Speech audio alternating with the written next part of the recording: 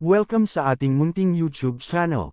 Please support my videos. Comment, like and subscribe po mga idolo.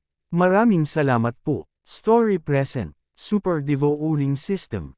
Kabanata 951. Naghahanap ka ba ng dahilan para pagtakpan ng katotohanang binaliwala mo ang mga patakaran ng sekta at umatake ka? Malamig na bamantong hininga ang matanda na nakasuot ng pula. These two don't show any signs of being controlled. At saka, mas mataas ang kanilang kaharian kaysa sa brat na ito. Are you joking with me? Hindi ako maglalakas loob. Mabilis na pinaliit ni Senior Brother Zhao ang kanyang leeg. Sa totoo lang, casual lang siyang nagbubuga ng kalokohan. Naramdaman din niya na hindi ito masyadong mapagkakatiwalaan. Gayunpaman, ang kanyang dalawang tapat na junior brothers ay biglang tumalikod at inatake siya nang mahuli niya si Yezuan. Ito ay isang bagay na hindi niya maintindihan. Dapat alam mo ang rules sa pag-atake sa sekta, di ba? Tumingin ang nakapulang elder kay Senior Brother Zhao. Alam ng alagad na ito. Tumango si Senior Brother Zhao. Ayon sa mga panuntunan ng Blood Rock Sect, ang sinumang umatake sa sekta ay kailangang umarap sa pader sa loob ng kalahating taon. Sa oras na ito, ang tingin ng nakapulang elder ay bumagsak kay Yezuan at nagtanong, bakit hindi mo hinarangan o iniwasan ang kanyang pag-atake ngayon lang? Walang oras ang alagad na ito. Casual na sagot ni Yezuan. Hindi naman ganoon ang kaso. Kinaikit ng matanda na nakasuot ng pula ang kanyang mga mata at sinabing, ang matandang ito ang namamahala sa training hall. Nabalitaan ko na natapos mo ang 2 misyon sa pagsasanay sa isang araw. Ang mga salitang ito ay nagbigay ng takot kay Yezuan. Hindi niya inaasahan na ang matanda na nakasuot ng pula ay ang elder na namamahala sa training hall. Nakaharap sa malaahas na mga mata ng nakapula ang damit, sumagot siya, swerte lang ang brat na ito. Ito man ay isang fluke o hindi, ako mismo ang pumunta upang suriin. Wala sa mga Blood Rock Spider ang naiwan sa number 666 at no. 834 na Blood Rock Mines. Kinaikit ng matanda na nakasuot ng pula ang kanyang mga mata at sinabing, nakumpleto mo ba ang 2 misyon na ito? Oo, si Yezuan ay time na sumagot. Anong biro, siya ang nakakumpleto ng mga ito. Dahil ito ang katotohanan, ano ang dapat ikatakot? Sinabi ng supervisor ng no. 834 na Blood Rock Mine na nasa ikalawang yugto ka pa lang ng human body disaster nang pumasok ka. Pagkalipas ng 8 oras, lumabas ka sa ikatlong yugto ng human body disaster. Hindi mo lang inalagaan ang lahat ng Blood Rock Spider sa 8 oras na iyon, nalampasan mo pa ang ikatlong yugto ng human body disaster. Sa aking palagay, wala ito. Huminto sandali ang Red-Cloaked Elder bago nagpatuloy, ngunit, ilang minuto lang ang pagitan ng oras na ginugol mo para tapusin ang 2 misyon at ang oras na ibinibigay mo para ipasa ang misyon sa training hall. Paano mo ito nagawa? Sa sandaling lumabas ang mga salitang ito, nagulat ang mga tao sa paligid. Ilang minuto lang ang pagitan ng tagal ng pagkumpleto ng misyon, pagkuha ng mission certificate, at pagbabalik ng misyon sa training hall. Paano ito naging posible? Kahit na pumunta si Senior Brother Zhao sa pinakamalapit na no. 666 na Blood Rock Mine, aabutin siya ng kahit 1 oras bago makarating doon. Sikreto ito ni Junior. Alam ni Yezuan kung saan siya nagkamali. Ito ay dahil sa agwat ng oras. Gayunpaman, wala siyang pakialam. Pagkatapos ng lahat, ang sikreto ng Eye of the Void ay hindi malaking bagay. Sige, dahil secret lang, hindi na ako magtatanong ng marami. Gayunpaman, ang ilang mga tao ay naghihinala na ikaw ay nagkukunwari, kaya kailangan mong patunayan ang iyong lakas, patuloy ng matanda na nakasuot ng pulang damit. Paano natin mapapatunayan? Tanong ni Yezuan. Sa sandaling ito, muling dama po ang tingin ng nakapulang elder kay Senior Brother Zhao, at sinabi niya, maaari kang makipag-away sa kanya. Ngunit maaari lamang niyang gamitin ang kanyang mga kamay, hindi armas. Sige, bago pa makapagsalita si Senior Brother Zhao, mariing sumagot si Yezuan. Bagamat siya ay nasa ikatlong yugto pa lamang ng human body disaster, habang si Senior Brother Zhao ay nasa ikalimang yugto ng human body disaster, si Senior Brother Zhao ay hindi maaaring gumamit ng mga armas, at maaari lamang gamitin ang kanyang mga kamao at palad, kaya ang kanyang kapangyarihan sa pag-atake ay hindi sapat. Nililigawan mo si kamatayan. Nang makita ni Senior Brother Zhao si Yezuan na agad na tumugon, nakaramdam siya ng labis na pagkadismaya. Kung tutuusin, ang ibig sabihin nito ay minamaliit niya siya. Sa pagkakaiba ng dalawang kaharian, maaari pa nga niyang patayin siya gamit ang kanyang mga kamao, kaya bakit kailangan niyang gumamit ng espada? Since that's the case, punta na tayo sa arena. Tumango ang matanda na nakasuot ng pula, at sinabing, kalimutan mo na ito, gawin natin dito. Kapag nanalo ka, hindi mo na kailangang humarap sa pader. Pagkatapos sabihin iyon, lumingon siya para tingnan si Yezuan, at sinabing, kung malalampasan mo ang dalawang kaharian at matatalo mo siya, gagantimpalaan kita ng 10,000 blood rocks. 10,000 blood rocks. Nang pumasok ang boses na ito sa mga tainga ng mga tao sa paligid, nang inag ang kanilang mga katawan. Kahit si Senior Brother Zhao ay mayroon lamang netong halaga na mahigit 10,000 blood rocks, ngunit ang Elder ay talagang nagbibigay ng 10,000 blood rocks bilang gantimpala. Hindi, ito ay hindi isang gantimpala, dahil ito ay para kay Yezuan lamang. Kung matalo ni Senior Brother Zhao si Yezuan, maiiwasan siyang humarap sa pader sa loob ng kalahating taon, ngunit kung matalo siya ni Yezuan, siya ay gagantimpalaan ng 10,000 blood rocks. Ang gantimpala na ito ay ganap na hindi patas. Bastard, sa tingin mo matatalo mo ako? Sisiguraduhin kung hindi mo makukuha ang 10,000 blood rock na iyon. Panipi, naningkit ang mga mata ni Senior Brother Zhao. Sa oras na ito, lahat ng mga nakapaligid na disipulo ay umatras, na nagbigay ng espasyo para kay Yezuan at Senior Brother Zhao. Naikuyom ni Senior Brother Zhao ang kanyang mga kamao. Kahit na hindi niya naiintindihan ang layunin ng kamao, natutunan niya ang isang pamamaraan ng kamao. Kaakibat ng pagsugpo sa mga kaharian, tiwala siyang kaya niyang sabugin si Yezuan sa isang suntok. Huwag ka na lang tumayo dyan, magsimula na tayo, udyok ng matanda na nakasuot ng pula. Habang umaalingaw-ngaw ang kanyang boses, sumuntok si Senior Brother Zhao, at isang anino ng pulang kamao ang lumipad patungo kay Yezuan. Kahit na ang isang dalubhasa sa human body disaster sa ika-4 na baitang ay hindi mangangahas na maging pabaya sa suntok na ito. Gayunpaman, walang pakialam si Yezuan. Malamig na sky slash, pang! Nagbanggaan ang anino ng kamao at ang liwanag ng espada, at isang shockwave ang agad na lumabas. Ang ikinagulat ng lahat ay talagang natalo ng espada ni Yezuan ang pag-atake ni Senior Brother Zhao. Kahit na mayroon siyang supreme spiritual treasure, hindi ito makakabawi sa pagkakaiba ng dalawang kaharian, di ba? Nang makita ito, ang mga mata ng matanda na nakasuot ng pula ay hindi maiwasang lumiwanag, dahil nakikita niya ang kapangyarihan ng espadang iyon. Imposible, maglakas loob kang hamanin ako ng dalawang kaharian sa itaas mo, hindi ako naniniwala. Galit na sigaw ni Senior Brother Zhao, at kumislap ang kanyang anyo. Kasabay nito, gumalaw din si Yezuan, at ang kanyang bilis ay hindi mas mabagal kaysa kay Senior Brother Zhao. Boom! Boom! Boom! Boom! Tuloy-tuloy na nagbanggaan ang true kiss ng dalawa. Bagamat may pagkakaiba ang dalawang kaharian, nasa katawan ni Yezuan. Ang linya ng dugo ng Sword God. Bukod dito, ang bloodline ng Beast God ay nagpapataas ng kanyang lakas ng 40%, at ang kanyang liksi ng 80%. Kahit na hindi niya ginamit ang mga trump card na iyon, hindi magiging problema na tanggalin itong Senior Brother Zhao. Nang makita ng mga tao sa paligid na sina Yezuan at Senior Brother Zhao ay talagang naglalaban para sa isang draw, nabigla sila hanggang sa punto ng hindi makapagsalita. Ang ikatlong yugto ng human body disaster ay pantay na naitugma sa isang ikalimang yugto ng human body disaster. Masyado bang mahina si Senior Brother Zhao, o masyadong malakas si Yezuan? Siyempre, si Yezuan ang napakalakas. Ang mga tao sa paligid ay hindi tanga. Naniniwala silang lahat na wala silang kakayahang tumanggap ng pag-atake ni Yezuan, kaya sapat na ang lakas ni Yezuan upang makumplito ang isa sa pinakamahirap na 3-star na misyon.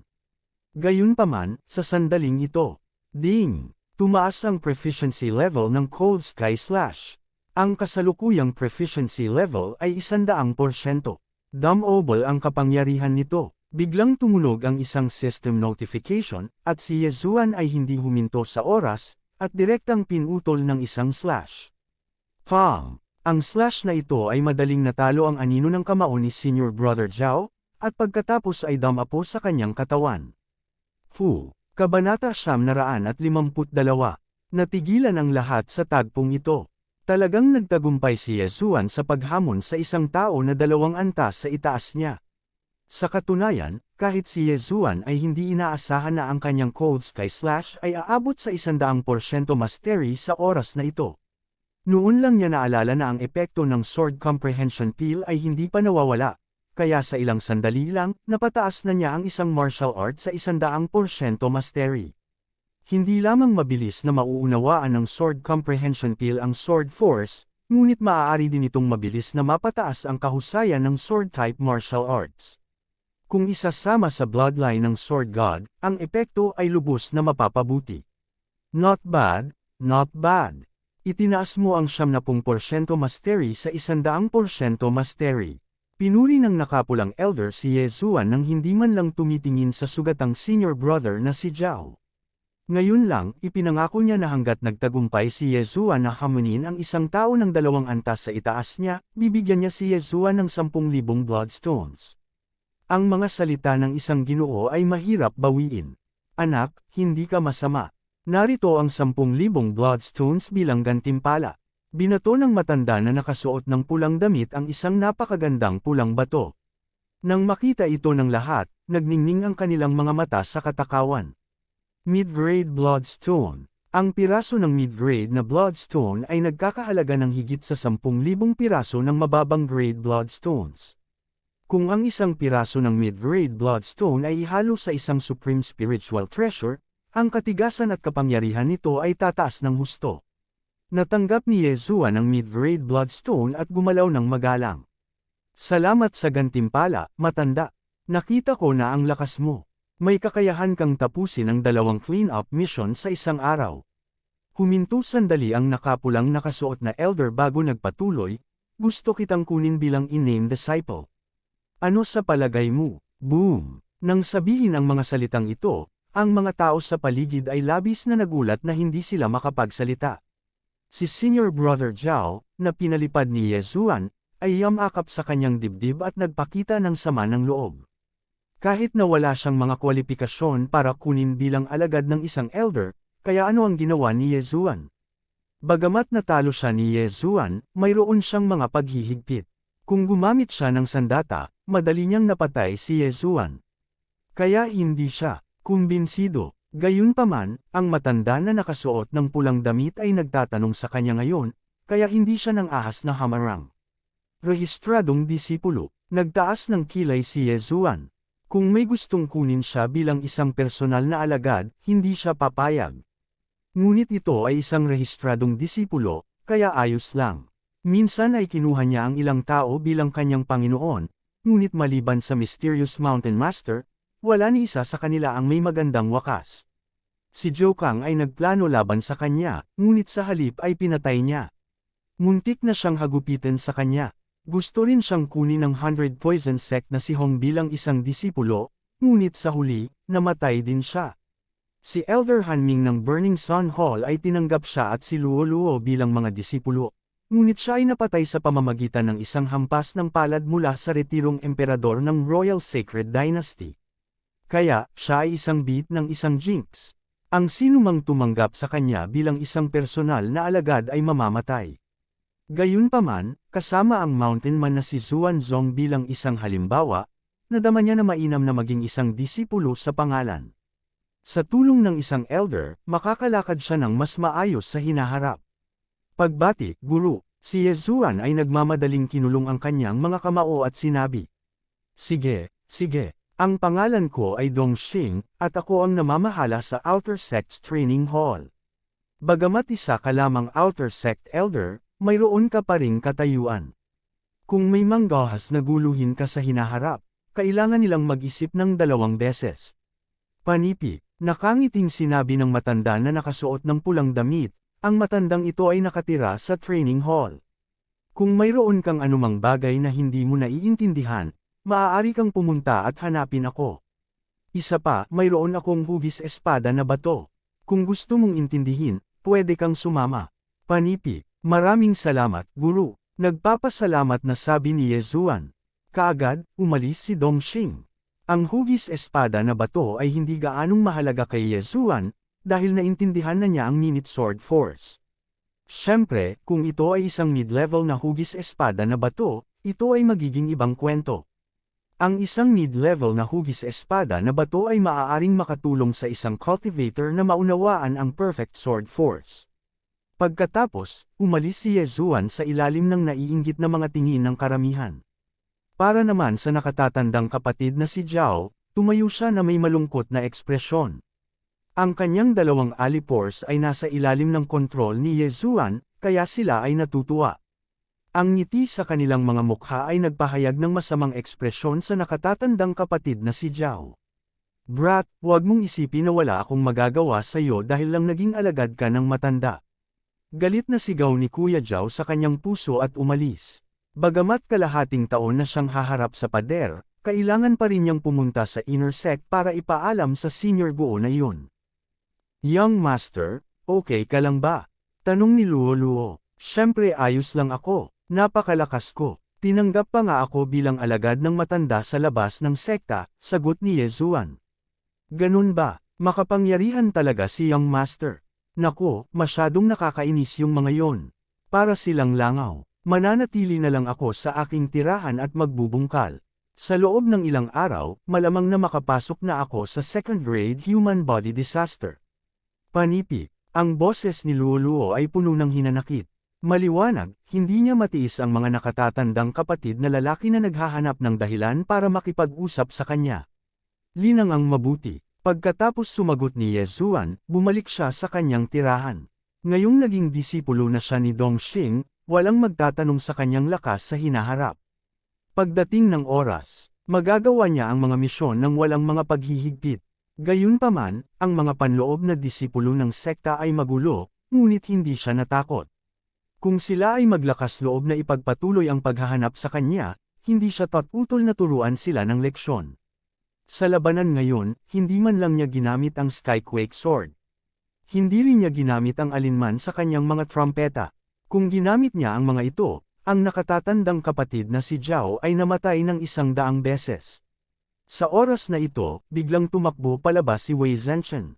Gusto mo ang mid-grade blood rock na iyon, tama ba? Sure, ibibigay ko sa iyo. Mapagbigay na ibinato ni Yezuan ang blood rock kay Wei Zhenchen. Ngayong nakalusot na siya sa third-grade human body disaster, si Wei Zhenchen ay nasa second-grade human body disaster lang. Bukod dito, sa panahong ito, nalaman niyang si Wei Zhenchen ay mas mabilis lamang sa pagpino ng mga ores. Kung ubusin niya ang pinakamataas na espiritual na kayamanan, magiging napakabagal niya. Sa makatuwid, mas mabuting ibigay na lang ang mga ores kay Wei Zhenchen. Pagkatapos ng lahat, walang mga ores sa sistema ng palitan. Ding! Nag-level up si Wei Zhenchen. Na-notify ang system. Gaya ng inaasahan, pinahintulutan ng mid-grade blood rock na ito si Wei Zhenchen na makalusot sa third-grade human body disaster. Sa tagumpay ni Wei Zhenchen, tataas din ang kapangyarihan ng 10,000 return ng ka-origin. Hindi rin direktang lalakas si Yezuan. Sa makatuwid, si Yezuan ay hindi maaaring tumutok lamang sa pagpapalaki ng kanyang sariling kaharian. Gayunpaman, hindi nagtagal pagkatapos na pumasok si Wei Zhenchen, isang figure ang biglang damapo sa kanyang patio. Labis na nagulat si Yezuan. Pagbukas niya ng pinto ay nakita niyang isa itong hindi niya kilala. Ito ay isang kabataan na may mala-espada na mga kilay, ngunit nakasuot siya ng damit ng mga alagad ng sekta sa loob ng Blood Rock Sect. Ikaw si Yezuan. Ang kabataang may mala-espada na mga kilay ay nakalok ang kanyang tingin kay Yezuan, na mukhang isang superior. Senior Kuya, pwede ko bang itanong kung sino ka? Kinuyam ni Yezuan ang kanyang mga kamao at nagtanong. Gayunpaman, nahulaan na niya ang pagkakakilanlan ng kabilang partido sa kanyang puso. Ang taong ito ay marahil ang nakatatandang kapatid na si Guo na binanggit ng nakatatandang kapatid na si Zhao. Binugbog mo ang mga tao ko, pero hindi mo man lang kilala kung sino ako. Malamig na umungol ang binatilyong may mala-espada na kilay. Gaya ng inaasahan, makukumpirma ni Yezuan na ang batang ito na may mala-espada na kilay ay ang nakatatandang kapatid na si Guo. Oh, Ano ang problema, Senior Kuya Guo? Kabanata 953. Ano ang relasyon mo kay Junior Sister Luo Luo? Si Senior Brother Guo ay parang Senior Brother Zhao, dumiretso sa punto. Si Luo Luo ang nakababatang kapatid ko. Sa pagkakataong ito, sumagot si Yezuan. Ayaw niyang may magtanong pa tungkol sa relasyon nila ni Luo Luo. Si Junior Sister Luo Luo ay mula sa Fox Charm Clan, at ikaw ay tao. Dahil hindi kayo magkapatid sa dugo, kaya dapat kayong lumayo. Pinaalalahanan siya ni Senior Brother Guo. Hindi mo kailangang mag-alala tungkol dito, Senior Brother Guo.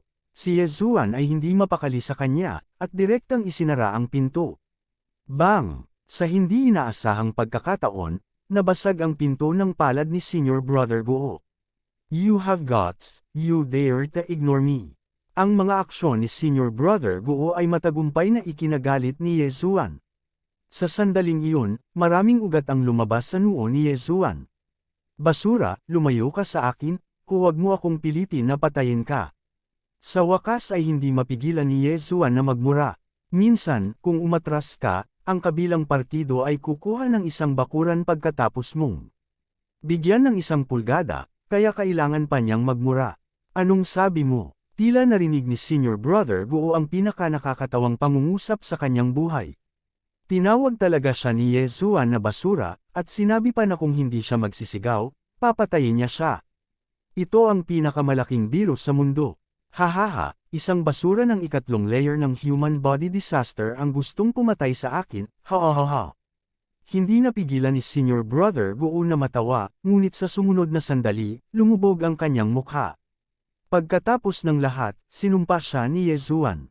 Kung hindi ito ang Blood Rock Sect, tiyak na sasampalin niya si Yezuan hanggang sa mamatay. Sa kasamaang palad, si Yezuan ay tinanggap na ngayon bilang isang disipulo ng isang panlabas na elder ng sekta, na medyo nakakagulo. Alam mo ba kung nasaan ako? 7 layer ng human body disaster.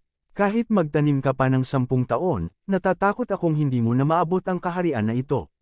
Basura, sinusumpa mo ang sarili mo. Si Senior Brother Guo ay may mapanuksong ekspresyon, at ang kanyang tono ay puno ng paghamak. Sa katunayan, ang kasalukuyang kaharian ni Yezuan ay masyadong mababa, ngunit kung sila ay talagang lumaban, ang mamamatay ay tiyak na si Senior Brother Guo.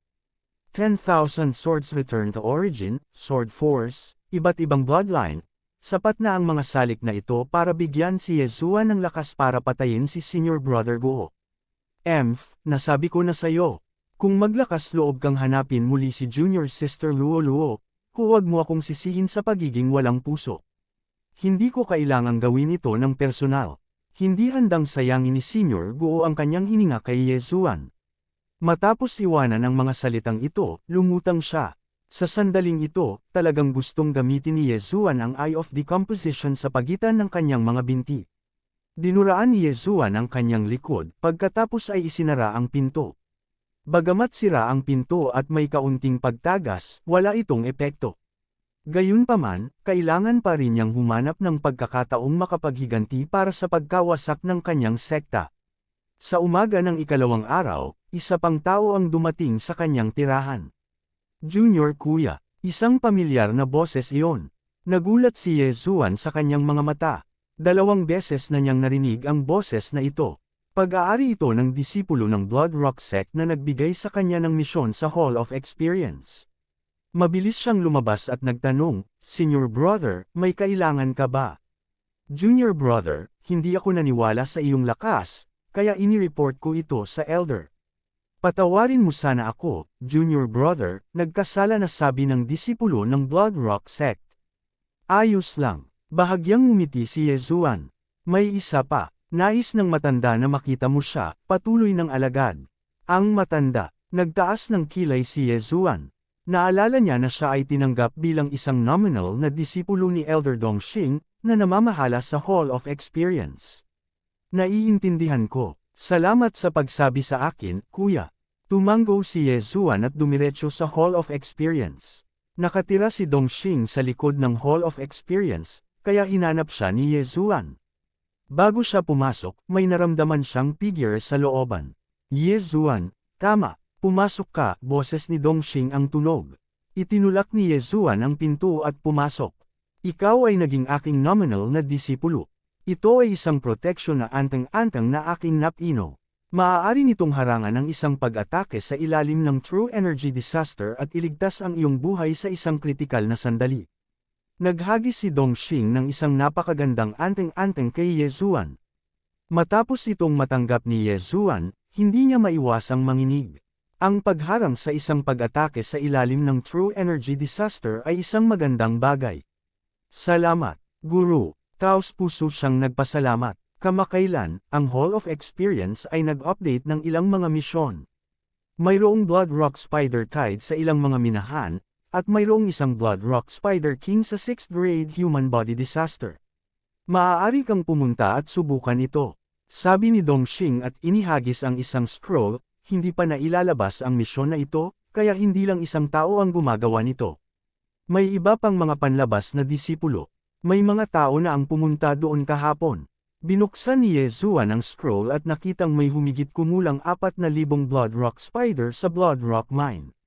Bukod dito, ang pinakamahina sa kanila ay nasa ikatlong antas ng human body disaster, habang ang karamihan sa kanila ay nasa ika-4 na antas ng human body disaster.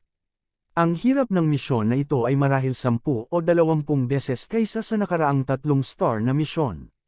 Sa orihinal, sa aking kaharian, tiyak na hindi ko ito kakayanin, ngunit si Master ay gumawa ng exception at hinayaan akong kunin ito.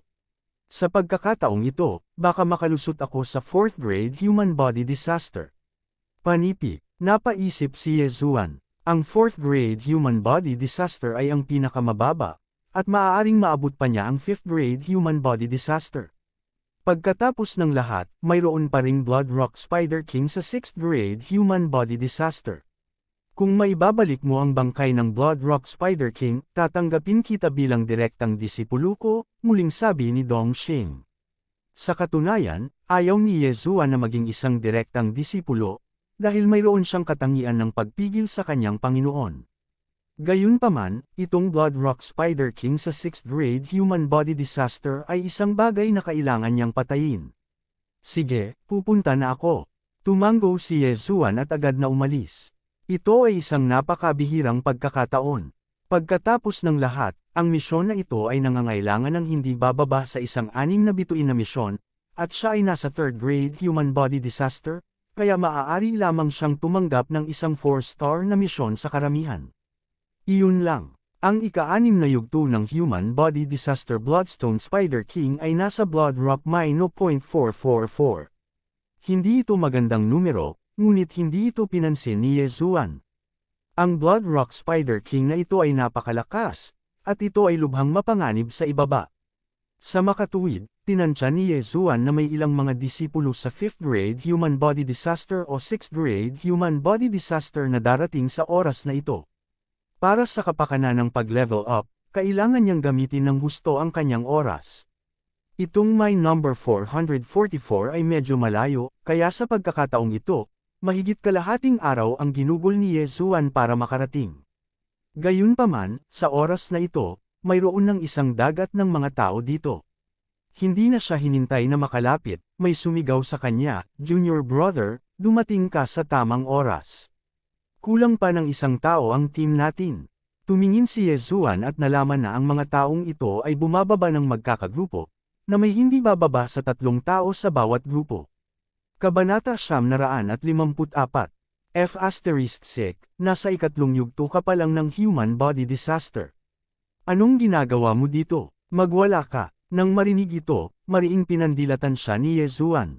Nasusunog na mata. Ang ganitong uri ng tao ay kailangang turuan ng leksyon. Pakiramdam ng taong iyon ay parang pinuputol ng kutsilyo ang kanyang puso habang sumisigaw sa sakit. Nagulat ang mga tao sa paligid at nagpunta sa unahan upang suriin. "Anong nangyari sa'yo?" tanong ng kasama niya. "Hindi ko alam. Ang sakit ng puso ko na parang sinusunog." Umiling ang taong iyon. Hindi pa rin niya alam na si Yezuan ang may gawa nito. Pagkatapos ng lahat, ilang libong metro ang layo niya kay Yezuan. Kahit na siya ay nasa ika-5 yugto ng human body disaster, ang Heavenly Eye God clan na bloodline ni Yezuan ay 3 beses na nag-evolve. Idinagdag iyon sa sarili niyang bloodline, nasa ika-4 na yugto na siya. Sa makatuwid, nagkaroon pa rin ng ilang epekto. Hindi nag-abala si Yezuan na bigyang pansin ang iba at diretsyong naglakad patungo sa pasukan ng malaking Blood Rock Mine. Sa oras na ito, may ilang mga attendant na nakabantay dito. Ang paggalaw sa ibaba ay napakalakas na maging ang lupa ay nanginginig. "Oh, ikaw pala, Panipi," napansin ng isa sa mga attendant si Yezuan. Tumingin ang huli at natuklasan na ang katulong talaga ang nagdala sa kanya at kay Luoluo sa sekta. "Bata, hindi masama. Tinanggap ka talaga bilang isang in-name na disipulo ni Elder Dong at natalo pa ang isang ika-5 yugto ng Human Body Disaster na disipulo.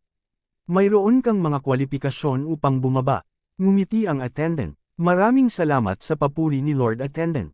Naikuyom ni Yezuan ang kanyang mga kamao. Sa orihinal, maraming tao sa paligid ang nagdududa tungkol kay Yezuan. Bakit pupunta rito ang ika-3 yugto ng Human Body Disaster na disipulo? Gayunpaman, pagkatapos na marinig ito, napagtanto nila na si Yezuan ay hindi isang taong dapat pabayaan. Ang isang in-name na disipulo ng isang panlabas na elder ng sekta ay may katayuan na nalampasan ang karamihan ng mga alagad sa labas ng sekta. Hindi nila kayang masaktan siya. Sa oras na ito, muling nagsalita ang katulong, "Gayunpaman, mag-isa ka ba?" "Opo, Lord Attendant, pakibuksan po ang formation." Tumango si Yezuan. Sa totoo lang, hindi siya nasisiyahan sa titulong Lord Attendant. Gayunpaman, ito ang panuntunan ng Blood Rock Sect. Tanging ang mga pumasok sa panloob na sekta ay hindi maaaring tumawag sa kanya ng Panginoon. Sa sandaling ito ay sinabi, ang mga tao sa paligid ay patuloy na nagpapakita ng mga tingin ng paghamak.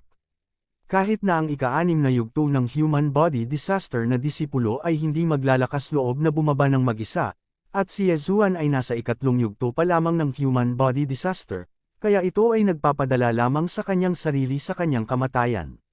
Mukhang tinanggap ni Elder Dongxing ang isang hanggal bilang kanyang in-name na disipulo. Maraming tao ang nag-iisip ng gayon sa kanilang mga puso, at ang ilan ay ibinubulong ito ng malakas.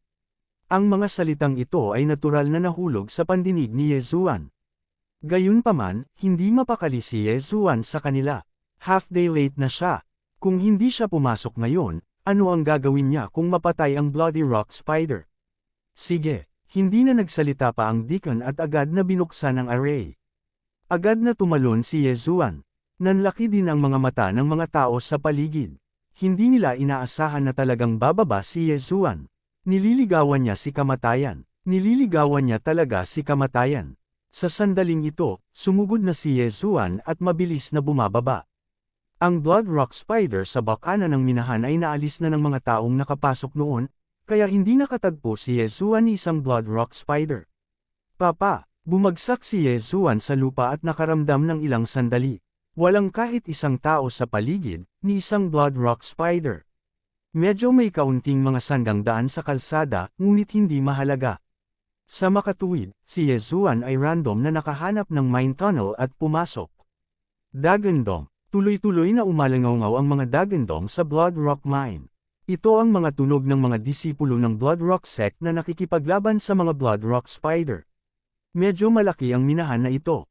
Bagamat nahuli si Yezuan ng kalahating araw, nakatagpo pa rin siya ng ilang Blood Rock Spider na maihahambing sa ika-3 yugto ng Human Body Disaster. Ang mga Blood Rock Spider na ito ay nahak hanggang sa mamatay ng espada ni Yezuan. Ang aking pangunahing layunin ay ang mag-level up, na sinusundan ng ika-6 na yugto ng Human Body Disaster Blood Rock Spider King. Kung hindi ako makalusot, ang pakikitungo sa Blood Rock Spider King ay medyo mahirap. Habang iniisip ni Yezuan ang kanyang sarili, diretso niyang ipinatawag ang kanyang doppelganger at si Wei Zhenchen upang ipagpatuloy ang three-way na pagpatay. Sa Blood Rock Mine na ito, ang ika-4 na yugto ng Human Body Disaster Blood Rock Spiders ang karamihan. Malapit lamang sa pugad lilito ang ika-5 yugto ng Human Body Disaster Blood Rock Spider. Sa makatuwid, pinatay ni Yezuan habang hinahanap ang pugad ng Blood Rock Spider. Ang Gemini bloodline ay isang napakalakas na bloodline. Ang kanyang doppelganger ay mayroon ding perceptive eye, kaya si Yezuan ay katumbas ng pagkakaroon ng 2 radar. Bagamat maraming Blood Rock Spider, halos wala sa kanila ang makahaharang sa espada ni Yezuan, kahit na hindi gumamit si Yezuan ng Wei Zanshin Sword. 3 minuto lang nakarating si Yezuan, ngunit nakapatay na siya ng halos 100 Blood Rock Spider, nakatumbas ng mahigit 1,000 mula noon. Mabilis talaga ang pagpatay sa mga halimaw na higit sa antas ko. Wala pang kalahating oras, makakalusot na ako. May ngiti si Yezuan sa kanyang mukha. Sa Devo-uring benefit ng Beast God Bloodline, ang paglamon sa Sacred Beast Soul ay nagbigay daan sa kanya na mag-level up ng napakabilis. Nag-shuttle siya pabalik-balik sa minahan, habang kasabay nito, iniiwasan niya ang mga disipulo. Gayunpaman, habang siya ay patuloy na lumalalim, maaari lamang siyang makipag-ugnayan sa mga disipulong ito. Bakit may ikatlong yugto ng human body disaster na disipulo? Panipi, what a joke! Napakahirap ng depensa ng Blood Rock Spider. Kahit na ito ay isang tao sa parehong antas, hindi ito magiging ganoon kadaling makalusot. Ang pagbaba dito ay simpleng panliligaw sa kamatayan. Huwag mo siyang pansinin. Mamatay man siya, siguradong ang Blood Rock Spider ang kumagat sa kanya hanggang mamatay. Mabilis tayong gumaling. Matapos siyang kutsain ng bawat isa sa mga disipulo, hindi na nila pinansin si Yezuan. Masyadong tamad si Yezuan para bigyang pansin ang grupong ito ng mababaw na tao. Diretso siyang dumaan sa kanila at pumasok sa isang minahan. Kaagad, isang madugong bagyo ang dumaan sa minahan na ito. Ang ilang mga disipulo ng Blood Rock Sect sa labas ng minahan ay labis na nagulat. Ang isa sa kanila ay pumasok upang mag-imbestiga at nalaman na ang mga Blood Rock Spider na humaharang sa daan ay nawala lahat. Paano ito posible? Sa oras na ito, napatay na ni Yezuan ang kanyang paraan sa kailaliman. Sa wakas nakahanap na ako ng pugad.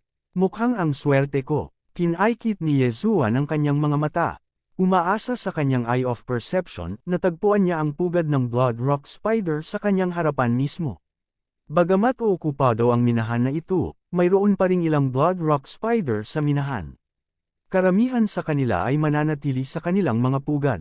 Pinatay ni Yezuan ang daan patungo sa pasukan ng pugad ng Blood Rock Spider at direktang sumugod. Gayunpaman, ang pugad ng Blood Rock Spider na ito ay may mas maraming tinidor kaysa sa minahan. Ang isang ordinaryong alagad ay malamang na mawala sa lugar na ito. Gayunpaman, gamit ang Eye of Perception at ang Devo-uring system, patuloy na kinokopya ni Yezuan ang isang mapa. Hanggat ang Eye of Perception ay tumawid sa isang lugar, ang Devo-uring system ay automatikong gagawa ng mapa, kaya imposibleng mawala. Hindi gaanong mga disipulo ang napatay sa pugad, kaya mayroong nakakatakot na bilang ng mga Blood Rock Spider sa pugad. Walang tao sa paligid. Let me see the power of my sword move. Hawak ni Yezuan ang isang ordinaryong Supreme Spiritual Treasure. Sa kanyang kamay at direktang nilaslas ang Blood Rock Spider sa kanyang harapan. Sa mga Blood Rock Spider na ito, nagkaroon pa ng 5th-tier human body disaster. Gayunpaman, ang sword move ni Yezuan ay maaaring pagsamahin sa isang subtle level sword move. Whoosh! Ang liwanag ng espada ay kumislap at agad na tumama sa unang Blood Rock Spider. Sa isang iglap, nahati ito sa kalahati. Kabanata 955. Gaya ng inaasahan ni Yezuan, ang ikalimang yugto ng human body disaster Bloodstone Spider ay pinatay din niya. Sa huli, ang sword beam ay pumasok sa Bloodstone Crystal Wall, na umabot sa lalim na ilang dosenang metro. Ang ika-4 na yugto ng human body disaster Bloodstone Spider at isang ikalimang yugto ng human body disaster Bloodstone Spider ay madaling napatay ni Yezuan. Dapat itong malaman na kahit na ang isang ika-4 na yugto ng human body disaster na disipulo ay maaaring hindi kinakailangang makalusot sa depensa ng isang Bloodstone Spider ng parehong antas.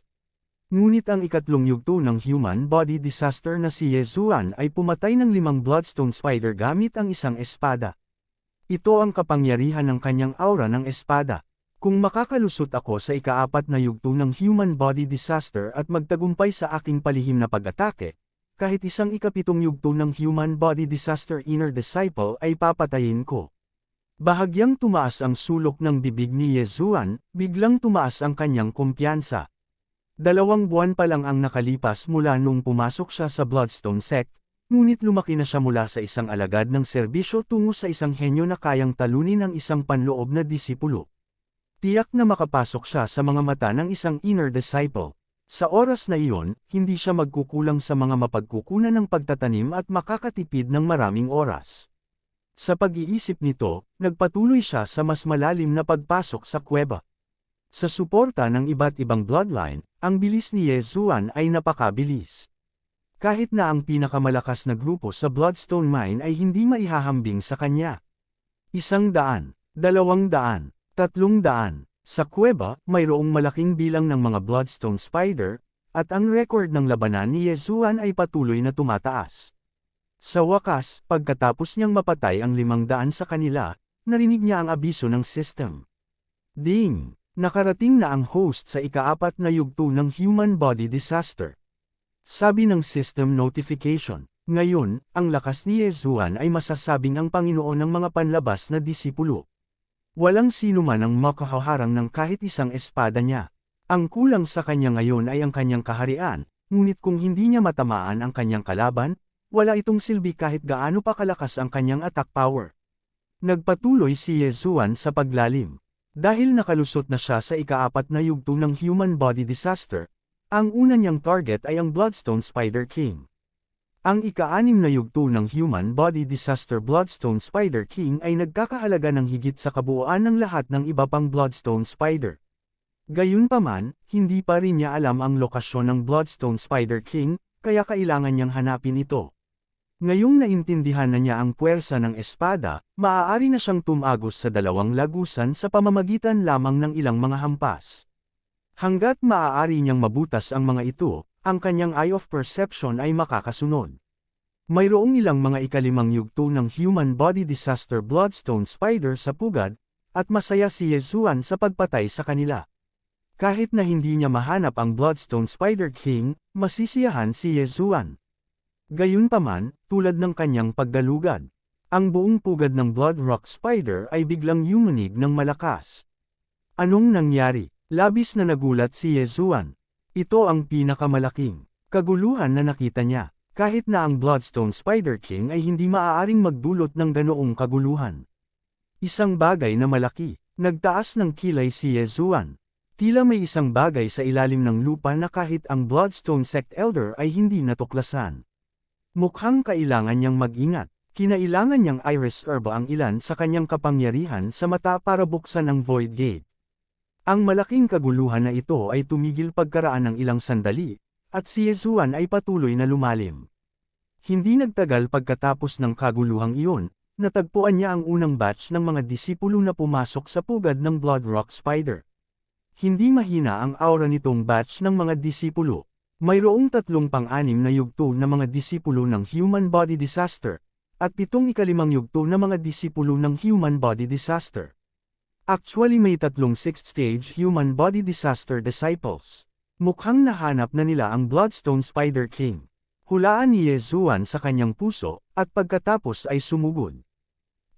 May ibang darating. Panipi, natuklasan ng isang alagad ang tunog ng mga yabag.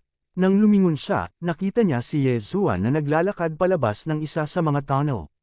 Gayunpaman, matapos makita si Yezuan, biglang sumigaw ang isang disipulo sa pagkagulat, "Ikaw ba?" Si Yezuan, nakalalabas lang ng tunnel, ay nagtaas ng kilay. May nakita talaga siyang pamilyar na tao dito. Ito ay si Senior Brother Zhao, na pinalipad sa pamamagitan ng kanyang espada kahapon. Kakaiba, bakit nandito si Zhao Yi? Hindi ba dapat nakaharap siya sa pader? Nagulat din si Yezuan. Inatake siya ni Senior Brother Zhao kahapon at pinigilan ni Dong Xing. Ayon sa mga alituntunin ng sekta, dapat kalahating taon siyang nakaharap sa dingding. Gayunpaman, nagpakita siya sa harap ni Yezuan ngayon. Nangangahulugan lamang ito na may namamagitan para sa kanya. Nang marinig ang sigaw ng pagkagulat ni Zhao Yi, isang ika-6 na yugto ng Human Body Disaster na disipulo ang nagtanong, ika-4 na yugto ng Human Body Disaster. Junior Brother Zhao, kilala mo ba siya? Natigilan din si Zhao Yi. Hindi niya inasahan na makakalusot si Yezuan mula sa ika-3 yugto ng Human Body Disaster hanggang sa ika-4 na yugto ng Human Body Disaster sa loob lamang ng isang araw. Paano ito naging posible? Senior Brother Lian, siya si Yezuan na gustong patayin natin ni Senior Brother Guo. Sabi ni Zhao Yi sa boses na silang dalawa lang ang nakakarinig. Oh, siya pala. Nang marinig ito ni Senior Brother Lian, isang bakas ng hangarin na pagpatay ang sumilay sa kanyang mga mata. Gayunpaman, hindi niya inaasahan na maririnig ni Yezuan ang kanilang pag-uusap. Pumatay. Bahagyang nanliit ang mga mata ni Yezuan. Hindi niya inaasahan na si Senior Brother Guo ay magiging matapang na direktang banta na papatayin siya. Sa oras na ito, biglang naalala ni Yezuan na sinabi ni Senior Brother Guo kahapon na kung gusto niya itong patayin, hindi niya kailangang personal na gawin ito. Good boy, mukhang hindi naman maliit ang background mo. Dahil gusto mo akong patayin, dapat handa kang patayin ko. Nakagawa na ng desisyon si Yezuan sa kanyang puso. Lumabas si Zhao Yi at tumingin kay Yezuan, sinabing, basura, natalo kita kahapon dahil nakipagmukha ako kay Elder Dong. Ngayon, walang umaatres sa iyo. Hanggat lumuhad ka at yumuko sa akin ng 3 beses, kaya kung iligtas ang iyong buhay. Habang nagsasalita siya, may isang taong palihim na umikot sa likod ni Yezuan, tinatakpan ang kanyang landas ng pag-urong. Tila ngayon, hindi sila magpapahinga hanggat hindi namatay ang isa sa kanila. Paano kung hindi ako yumuko? Gusto mo akong patayin? Tanong ni Yezuan. Huwag isipin na ang mga alituntunin ng sekta ay maaaring maghihigpit sa lahat. Dahil nang ahas kang pukawin si Senior Brother Guo, kahit si Elder Dong ay hindi ka iligtas. Naniniwala ako na narinig mo na ang master ni Senior Brother Guo ay si Elder Yang Xin ng Inner Sect, malamig na sabi ni Zhao Yi. Sa totoo lang, hindi alam ni Yezuan ang background ni Senior Brother Guo, ngunit nang marinig niya ang pangalang Yang Xin, nang inig ang kanyang katawan. Hindi ba iyon ang pangalan ng guru ni Luo Luo? Nakikita ko, ang dahilan kung bakit nandito si Zhao Yi ay dapat dahil pinatawad siya ni Elder Yang Xin. Hindi ko alam kung alam ni Elder Yang ang tungkol sa mga aksyon ni Senior Brother Guo, o kung lihim siyang sumang-ayon. Bahagyang nanliit ang mga mata ni Yezuan. Gayunpaman, sa ngayon, kailangan muna niyang harapin ang problemang nasa harapan niya. Sa 10 tao sa harap niya, bukod kay Zhao Yi, mayroong 3 ika-6 na baitang human body disaster at 8 ika-5 baitang human body disaster. Sa mata ng mga taong ito, si Yezuan ay parang tupa na naghihintay na katayin.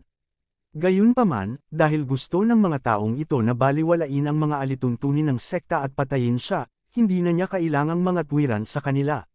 Walang tao ngayon, tapusin na natin to, baka may mangyari na hindi inaasahan, sabi ni Senior Brother Lian sa mahinang boses.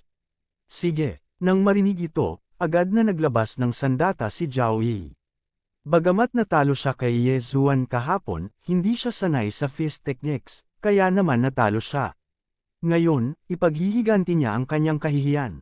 Anak, kung may gusto kang sisihin, sisihin mo ang malas mo. Galit na umungal si Zhao Yi at sumugod kay Yezuan.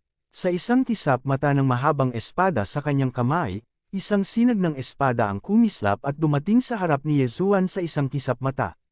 Kabanata 956. Brat, kung gusto mong sisihin ang isang tao, sisihin mo ang iyong malas.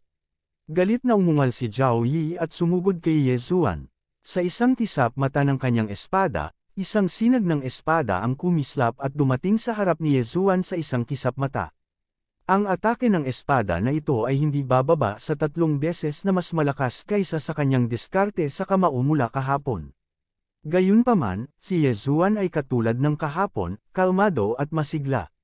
Sa pagharap sa atake ng espadang ito, hindi man lang niya itinaas ang kanyang kamay. Mata ng Nirvana, Shu. Ang malakas na silver slash ay agad na durog sa atake ni Zhao Yi. Nagulat si Zhao Yi, ngunit bago pa siya makapag-react, bumaon na sa kanyang katawan ng silver slash, na hiniwa siya sa kalahati sa baywang. Ang eksenang ito ay ikinagulat ng mga tao sa paligid. Ang itaas na kalahati ng katawan ni Zhao Yi ay bumagsak sa lupa. Kahit siya ay hindi inaasahan na hindi niya kayang harangan ang isa sa mga pag-atake ni Yezuan. Anong klaseng pag-atake iyon? Pati ang senior brother niya ay nabigla. Ni hindi niya napansin kung paano umatake si Yezuan. Brat, nililigawan mo si kamatayan.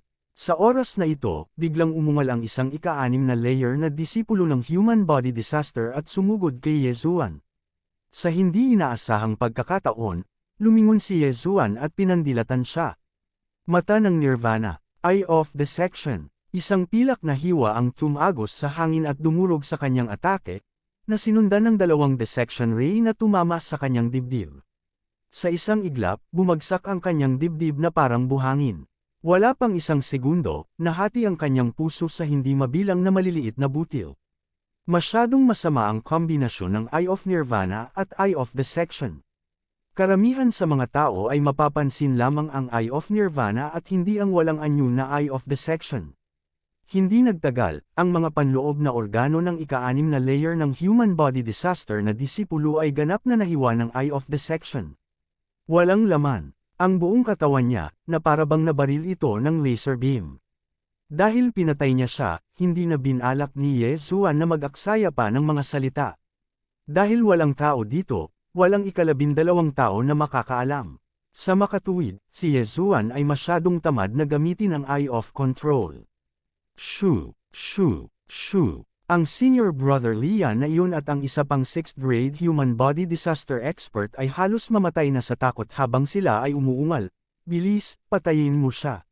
Sa sandaling ito lamang niya napagtanto kung anong uri ng kaaway ang kanyang pinukaw. Iyon ay isang sobrang henyo na maaaring agad na pumatay ng ika-6 na antas ng human body disaster. Kung hindi nila papatayin si Yezuan ngayon, sila ang mamamatay. Gayunpaman, sa sandaling ito, Dagandong, ang buong Blood Rock Mine ay muling nanginig ng marahas. Ito ang pangalawang pagkakataon, ngunit walang pakialam si Yezuan. Kailangan muna niyang patayin ang lahat ng mga taong ito. Mamatay, naningkit ang mga mata ni Yezuan. Itinaas niya ang kamay niya at naglaslas. Ang slash na ito ay nilagyan ng puwersa ng espada. Sapat na para patayin si Senior Kuya Lian.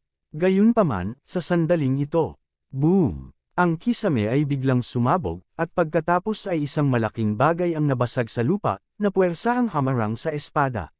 Bang! Nang dama po ang Cold Sky Slash sa napakalaking nilalang na ito, halos hindi nito nalagpasan ang mga depensa nito. Paano ito posible? Nagulat si Yezuan. Ang kanyang pag-atake ay sapat na upang agad na pumatay ng isang 7th grade human body disaster expert. Bakit hindi ito makalusot sa mga depensa nito?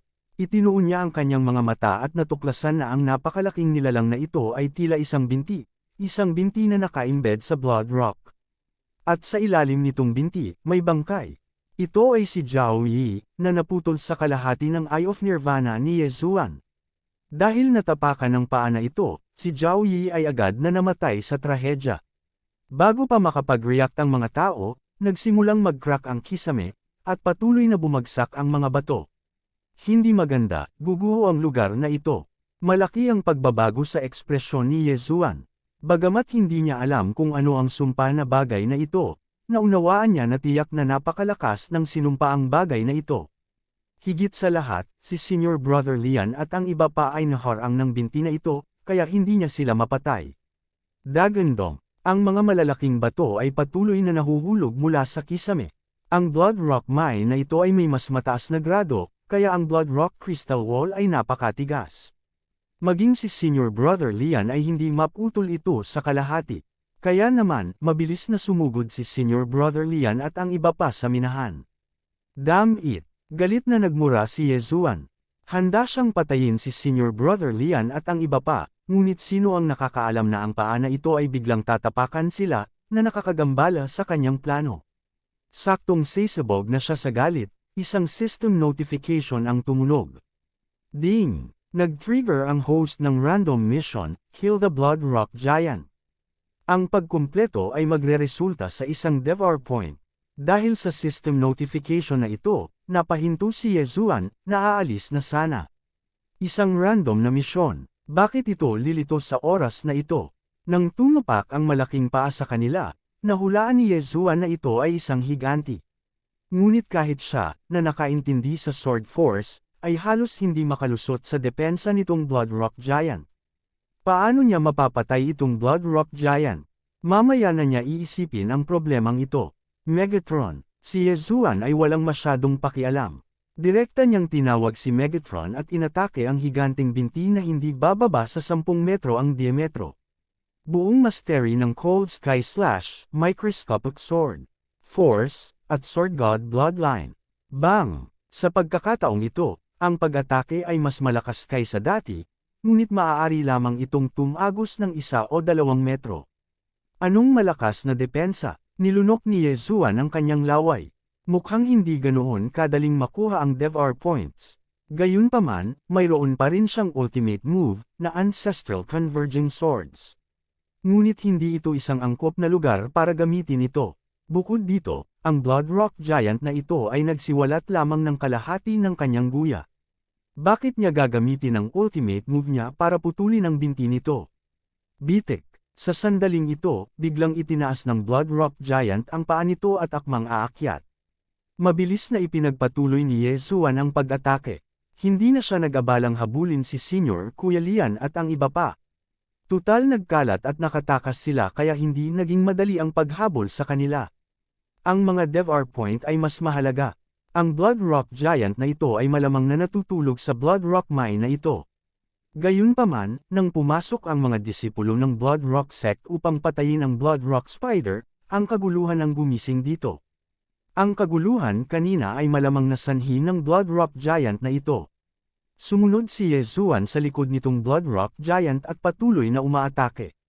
Ngunit ang nagparamdam sa kanya ay hindi siya pinansin ng Blood Rock Giant na ito. Napakabilis na umakyat ng Blood Rock Giant. Wala pang 10 segundo, nakaakyat na ito sa minahan. Sinundan din ito ni Yezuan sa ibabaw. Sa isang sulyap, napagtanto niyang medyo malayo ang pagitan nila sa pasukan ng minahan. Umuungol. Sa sandaling ito, biglang itinaas ng 40 hanggang 50 metro ang taas na Blood Rock Giant at marahas na tinapakan si Yezuan. Lumalabas na hindi nito pinapansin si Yezuan ngayon lang. Sa halip, naghahanda itong harapin si Yezuan matapos itong lumabas. Bang! Sa kabutihang palad, mabilis na nakareact si Yezuan at nakaiwas sa sipa. Sa kanyang pangangatawan, hindi niya kinaya ang atakeng ito. Kung siya ay tatapakan, ang kanyang pangunahing katawan at avatar ay malamang na mamatay. Tinansya niya na ang Blood Rock Giant na ito ay nasa 8th grade human body disaster realm. Isa pa, nakakaloka na ang depensa nito. Sa makatuwid, si Yezuan, na nakaintindi ng puwersa ng espada, ay halos hindi na makalusot sa depensa nito. Kabanata 957. Pero ngayon, parang sobrang exaggerated. Madali para sa kanya na hamunin ang mga nasa mas mataas na antas pagkatapos maunawaan ang puwersa ng espada, ngunit hindi niya magawa ang anumang gusto niya. Kung tutuusin, gaano man kalakas ang kanyang atake, walang silbi kung hindi niya matamaan ang kanyang kalaban. Mayroong isang malaking kaguluhan dito. Kailangan kong tapusin ito ng mabilis. Napaisip si Yezuan sa kanyang sarili. Sa susunod na sandali, itinapon niya ang Skyquake Sword. Mga espada ng ninuno. Agad na nahati ang Heaven Shaking Sword sa daan-daang anino ng espada at inatake ang ulo ng Bloody Stone Giant sa ilalim ng kanyang kontrol. Ang Ancestral Swords ay napakalakas na.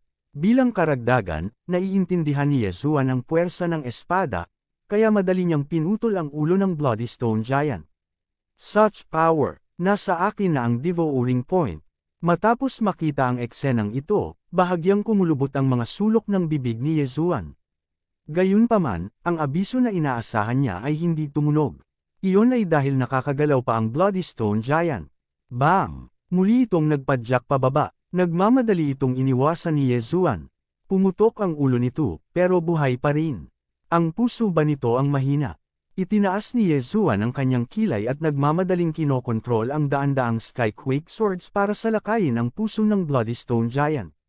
Gayunpaman, sa sandaling ito, bang! Ang Crimson Rock Giant ay biglang sumabog, na naging hindi mabilang na pulang bato na bumaril.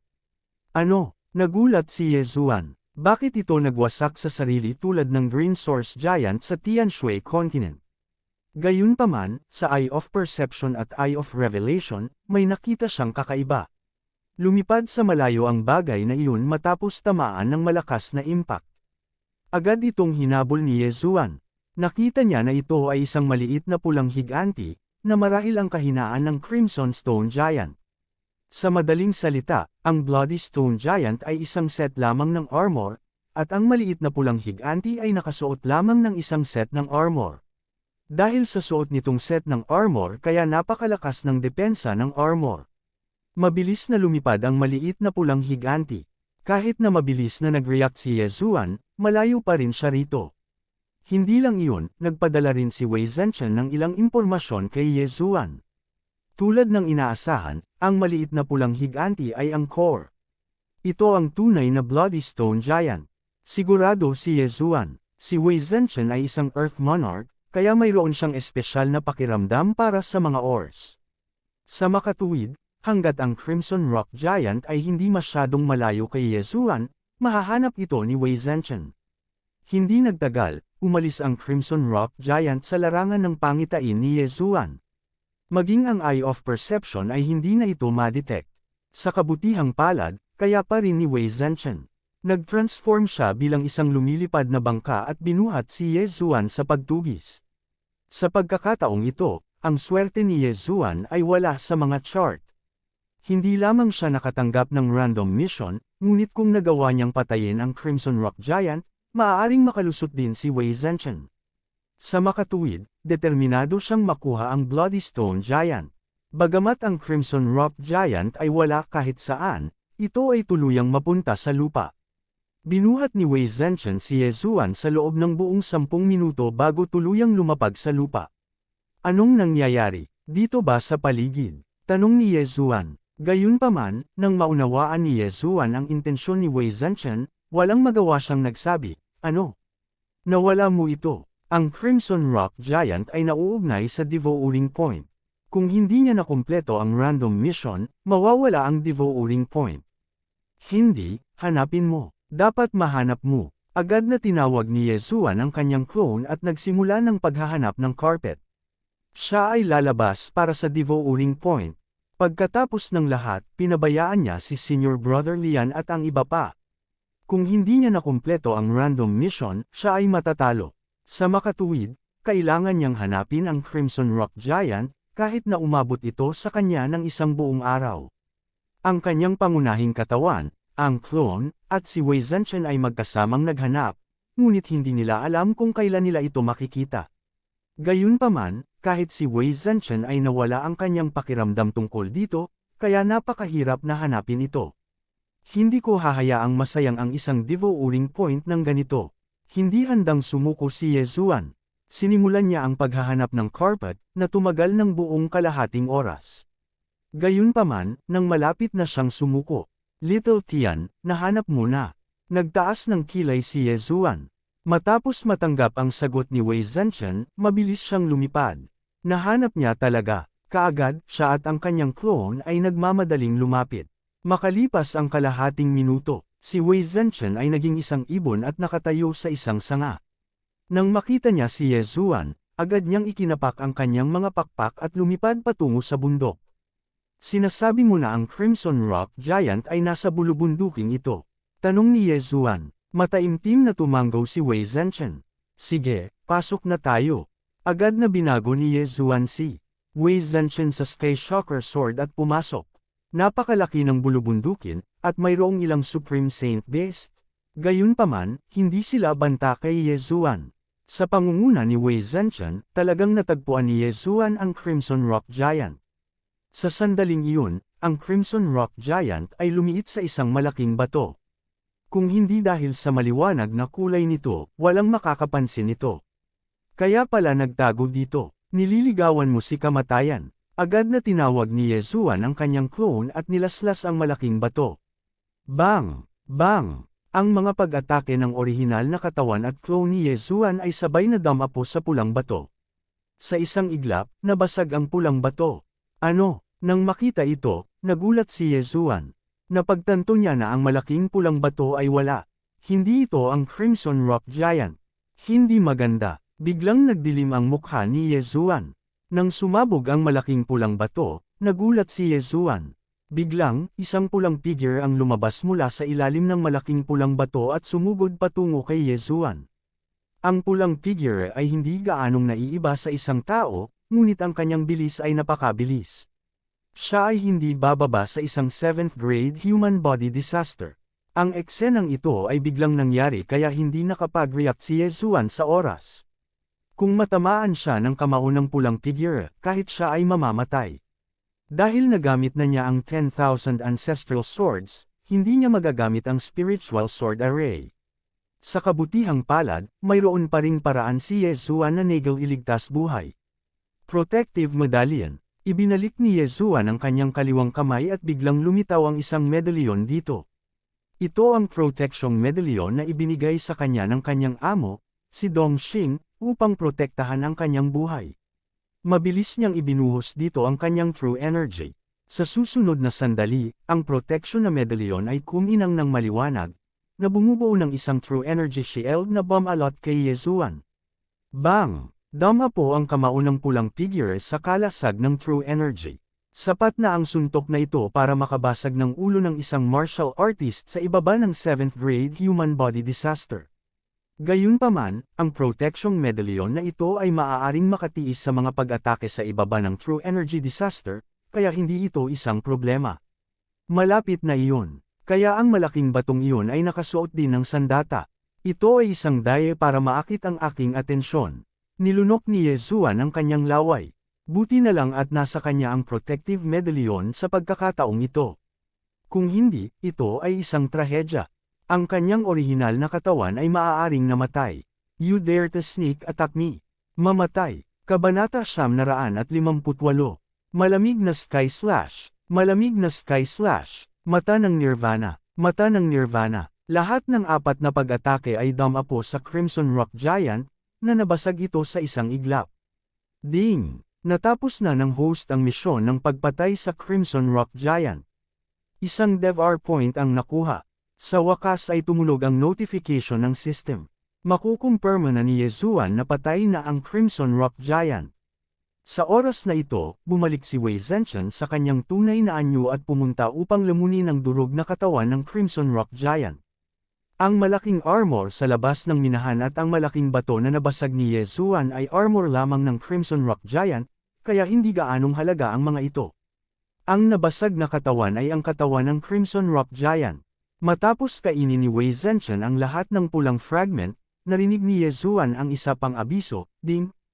Nakapasok si Wei Zhenchen. Ngayon, si Wei Zhenchen ay nasa 4th grade human body disaster, ngunit naramdaman ni Yezuan na hindi pa ito tapos.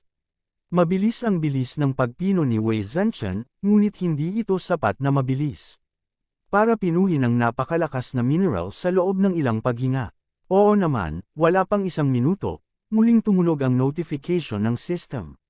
Ding! Nakalusot si Wei Zhenchen. Ikalimang baitang kamatayan ng tao.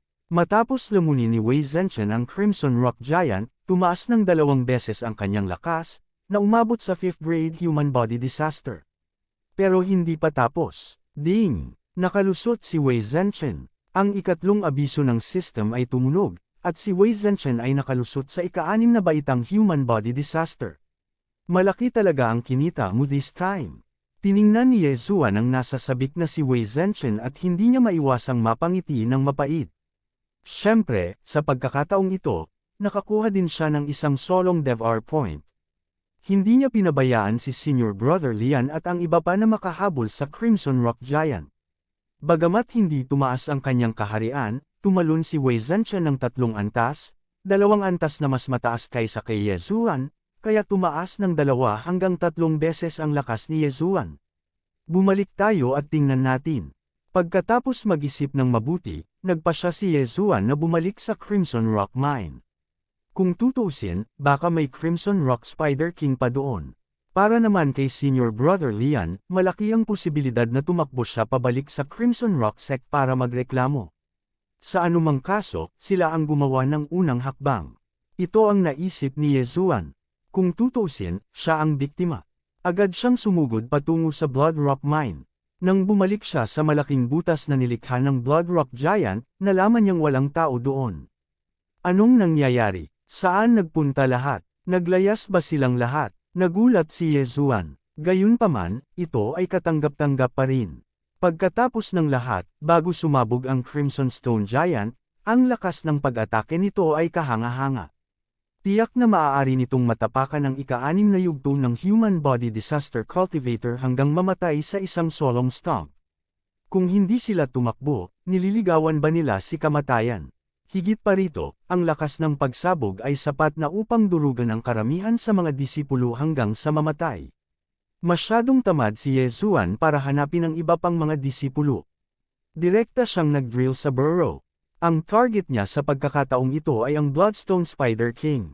Wala nang masyadong tao sa Blood Rock Mine. Kung tutuusin, hindi nila alam kung mayroon pang Blood Rock Giant sa ibaba. Saglit na nilibot ni Yezuan ang Blood Rock Spider Nest at sa wakas ay natagpuan niya ang pinakamalaking Blood Rock Spider. Ito ay tila ang Blood Rock Spider King. Si Mighty Might ay isa na ngayong ika-6 na baitang unang yugto ng pinakamataas na espiritual na kayamanan. Kaakibat ng aura ng espada, tiyak na masasaktan nito itong Blood Rock Spider King. Kinaikit ni Yezuan ang kanyang mga mata. Mabilis siyang tumalikod at inatake ang Blood Rock Spider King. Sa sandaling ito, nakikipag-ugnay siya sa kanyang doppelganger. Pagkatapos ng lahat, ito ay maaaring tumaas ang kanyang lakas ng 30%. Shoo! Isang ice-cold sword ray ang tumama sa Blood Rock Spider King. Sa isang iglap, sumirit ang Blood Rock Spider King. Maputik at iskarlat ang dugo ang umagos. Habang gumagalaw ang Blood Rock Spider King, tumalsik ang dugo sa lahat ng dako. Noong una, gusto ni Yezuan na makita ang Blood Rock Spider King at gamitin ang Myriad Returning Swords para patayin ito. Gayunpaman, mukhang hindi na ito kailangan ngayon.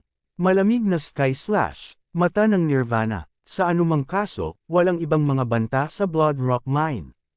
Hindi natakot si Yezuan. Pagkatapos ng ilang round, ang Blood Rock Spider King ay napatay niya. Sa sandaling ito, mabilis siyang nagwalas at iniimbak ang bangkay. Lamon, ang Sacred Beast, soul ng ika-6 na baitang Human Body Disaster ay maihahambing sa lahat ng Blood Rock Spider sa Blood Rock Mine. Matapos itong lamunin ni Yezuan, tumaas ng husto ang kanyang cultivation. Gayunpaman, hindi niya narinig ang abiso ng system. Hindi pa rin sapat. Kinaikit ni Yezuan ang kanyang mga mata. Kumislap ang kanyang figure at umalis. Marami pa ring Blood Rock Spider sa Blood Rock Mine. Kung linisin niya silang lahat, maaaring sapat na ito. Sa katunayan, walang kahit isang tao sa Blood Rock Mine. Sa makatuwid, ang mga Blood Rock Spider na ito ay sinamantala ni Yezuan. Pagkatapos niyang linisin ang buong Blood Rock Mine, narinig niya ang notification ng system. Ding! Nakalusot ang host. Kasalukuyang nasa ika-5 baitang Human Body Disaster ang host. Matapos marinig ni Yezuan ang abiso, nakahinga siya ng maluwag. Sa wakas ay nakalusot na siya sa ika-5 baitang Human Body Disaster. Bagamat ang kanyang kaharian ay hindi pa umabot sa pamantayan ng mga panloob na disipulo, ang kanyang lakas ay malapit sa tuktok sa mga disipulo. Walang masyadong tao sa ilalim ng True Energy Disaster na makatiis sa 10,000 Swords Return to Origin. Pagkatapos noon, umalis si Yezuan sa minahan. Gayunpaman, mayroong isang porma sayon dito, kaya't siya ay direktang bumasag sa kawalan. Nang dumaan siya sa kawalan, nakabalik na siya sa Blood Rock Sect. Yung iba naman, malamang papunta pa sila. Hindi ko pwedeng hayaan na magreklamo muna si Senior Kuya Lian. Pagkatapos mag-isip tungkol dito, dumiretso si Yezuan sa training hall. Dati, sinabi sa kanya ni Dongxing na kung makuha niya ang bangkay ng Blood Rock Spider King, tatanggapin niya ito bilang kanyang disipulo. Gayunpaman, ayaw ni Yezuan na gawin iyon. Oh, bumalik ka na. Pagkatapos makita si Yezuan sa likod ng training hall, nagtatakang tanong ni Dongxing. Guro, nagmamadaling ikinwento ni Yezuan ang sitwasyon. Pagkatapos makinig ni Dongxing, labis siyang nagulat. Blood Rock Giant, anong nangyari sa higanti? Tanong ni Dongxing. Ang Blood Rock Giant ay isang uri ng Transcendent Sacred Beast. Ito ay mas mataas kaysa sa Blood Rock Spider King, ngunit wala itong Sacred Beast Soul. Hindi ako sigurado. Umiling si Yezuan. Bagamat si Dongxing ang kanyang master, medyo neurotic siya at hindi madaling magtiwala sa mga tao. Kaya naman, mas mabuting ilihim ito. Hindi na nagtanong si Dongxing at sinabing, ang Lian Cheng na iyon ay direktang disipulo ng isang Outer Sect Alchemy Hall Elder, ngunit hindi ako isang tao na dapat pagtripan. Huwag kang mag-alala, tiyak na gagawin ko siyang balatan. Salamat, Guru. Nagpasalamat si Yezuan sa kanya. Huwag kang mag-alala tungkol dito. Nagawa mo talagang makalusot mula sa ikatlong antas ng human body disaster hanggang sa ikalimang antas ng human body disaster sa loob lamang ng ilang maikling araw. Ni hindi ko nga alam kung paano ka naglilinang. Magpatuloy sa pagsusumikap, at kapag nalampasan mo na ang ika-6 na antas ng human body disaster, tatanggapin kita bilang aking personal na alagad. Tumango si Dongxing bilang kasiyahan. Sa katunayan, gusto niyang tanggapin si Yezuan ngayon din. Bagamat hindi na ibalik ni Yezuan ang bangkay ng Blood Rock Spider King, ang kakayahan ni Yezuan ay tiyak na una sa Outer Sect. Kabanata 959. Pagkatapos nito, direktang umalis si Yezuan sa tirahan ni Dongxing. Kahit na si Lian Cheng ay isa ring alagad ng Elder, at isang direktang disipulo noon, nilabag niya ang mga alituntunin ng sekta. Sa paligid ni Dongxing, ang mapaparusahan ay tiyak na si Lian Cheng. Sa makatuwid, bumalik si Yezuan sa kanyang tirahan at tahimik na hinintay si Lian Cheng at ang iba pa na bumalik. Sa tansya niya ay aabot pa ito ng kalahating araw. Narinig ko na bilang isang Outer Sect disciple, hanggat matatalo nila ang isang Inner Sect disciple, makapasok sila sa Inner Sect. Sa oras na iyon, direkta kong hahamunin ang senior brother na si Guo. Namilog ang mga mata ni Yezuan. Naalala pa niya ang mga sinabi ng senior brother na si Guo noon, gayon din ang mataas at makapangyarihang ugali ng kabilang partido. Gusto niyang makita kung anong uri ng ekspresyon ang makikita ni Kuya Guo kapag natapakan niya ito. Young Master, nalampasan ko na ang ikalawang layer ng human body disaster. Nang bumalik si Yezuan sa kanyang tirahan, ang nasa sabik na boses ni Luo Luo ay umalangaw sa kanyang isipan. Good luck. Pinasigla siya ni Yezuan.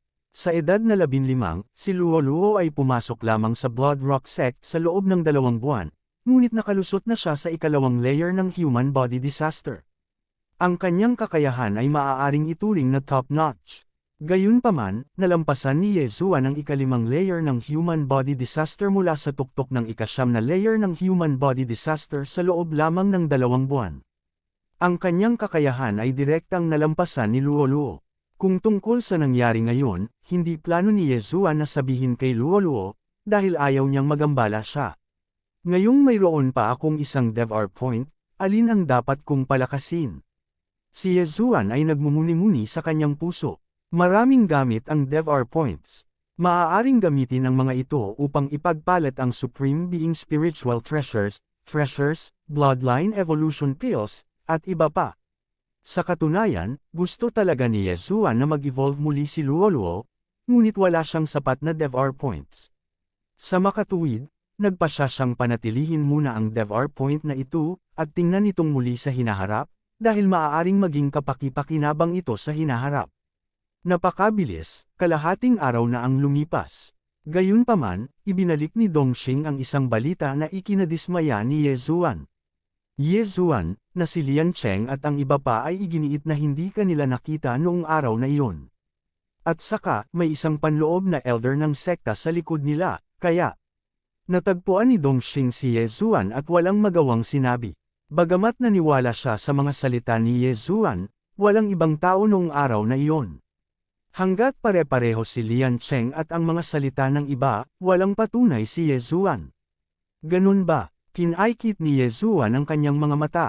Tila natakot si Lian Cheng at ang iba pa sa lakas na ipinahayag niya sa oras na iyon. Buti na lang at hindi niya ginamit ang kanyang sword force sa oras na iyon, at ang tanging pagkakataon na ginamit niya ito ay naharang ng malaking binti ng Blood Rock Giant, kaya hindi alam ng kabilang partido. Kung hindi, ang naghahanap kay Yezuan ay hindi si Dongxing. Gayunpaman, naunawaan din niya na ang elder sa loob ng korte na iyon ay posibleng ang amo ni Luo Luo, si Elder Yang Xin. Tuldok tuldok tuldok tuldok tuldok tuldok tuldok tuldok tuldok tuldok tuldok tuldok. Tuldok, naisip ni Yezuan sa kanyang puso. Nang makita siyang ganito, sinabi ni Dongxing, sa mga Outer Sect disciples, walang kalaban-laban mo. Sa 3 araw, ito ang magiging Inner Sect assessment.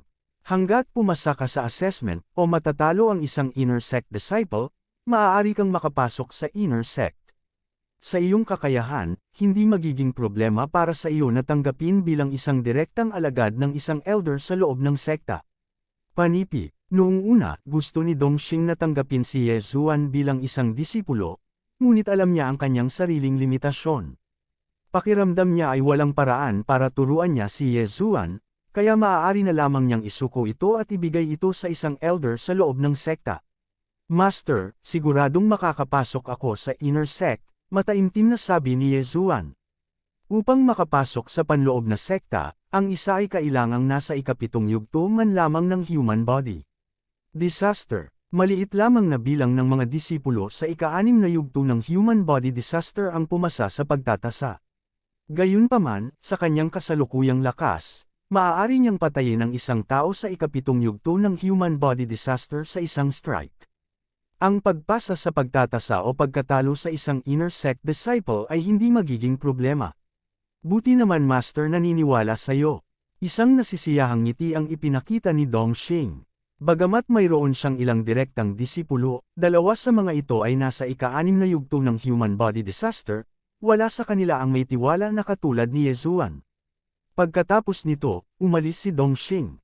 Ang dahilan kung bakit siya pumunta dito ay para paalalahanan si Ye Zuan na maging mas maingat at huwag lumabas. Sa oras na ito, gabi na. Gayunpaman, ang gabing ito ay hindi magiging isang mapayapang gabi. Hindi nagtagal pagkaalis ni Dongxing, dumating ang isa pang tao sa tirahan ni Ye Zuan.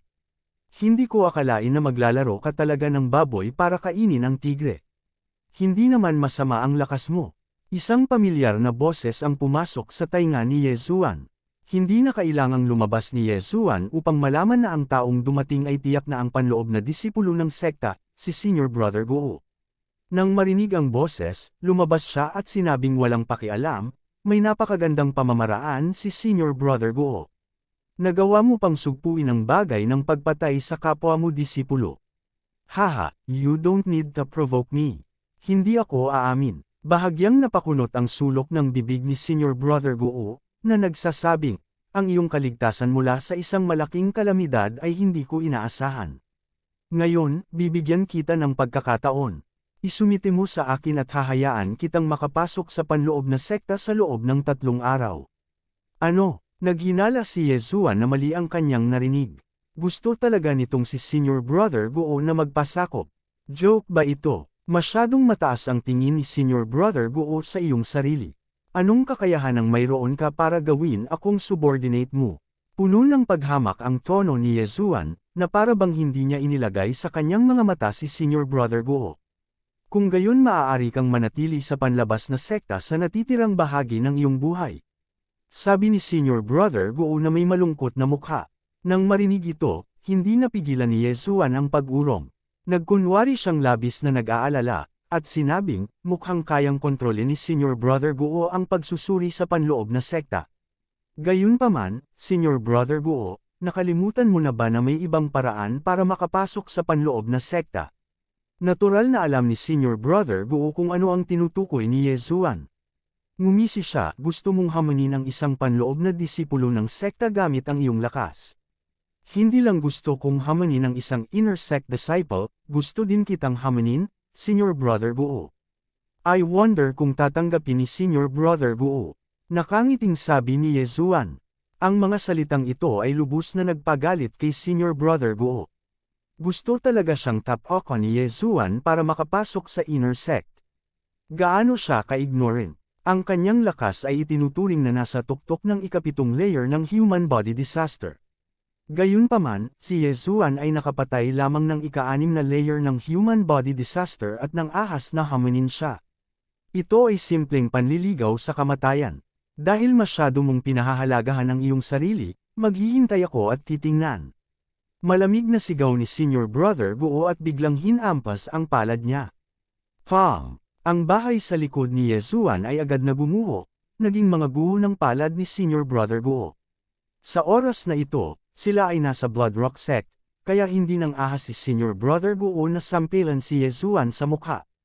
Mailabas lang niya ang kanyang galit sa bahay ni Ye Zuan. Matapos wasakin ang bahay ni Ye Zuan, lumutang si Senior Brother Guo. Naiwan si Ye Zuan at ang mga nakapaligid na disipulo na tahimik na nagtatago upang manood. Ang brat na ito, sa tingin ba niya ay may mga kwalifikasyon siya para makipaglaban sa isang inner sect disciple dahil lang sa isa siyang outer sect na alagad ni Elder? Talagang ayaw na niyang mabuhay pa. Ang Panginoon ni Senior Brother Guo ay si Elder Yang Zin ng inner sect. Kahit na pumasok siya sa inner sect, malamang ay hindi na siya makakaligtas. Anong biro? A fifth layer human body disaster gustong pumasa sa eksaminasyon. Ito ay hindi tulad ng hindi natin alam kung ilang ika-6 na layer ng human body disaster senior brothers ang bumagsak sa pagsusuri. Panipi, anong pagsusuri? Hindi ba sinabi ng brat na ito na gusto niyang hamunin si senior brother Guo? Baliw talaga. Kabanata 960. Sa unang pagkakataon na dumating si senior brother Guo, ang pinto ni Yezuan ay nasira. Sa pagkakataong ito, direktang winasak ni Senior Brother Guo ang bahay ni Yezuan. Ang pagmamalabas ni Senior Brother Guo ay sapat na upang ipakita. Sa mata ng mga panlabas na disipulong ito, si Yezuan ay isang brat na may mga mata ngunit hindi nakilala ang Mount Tai. Itinuring niyang biro ang kanyang kinabukasan.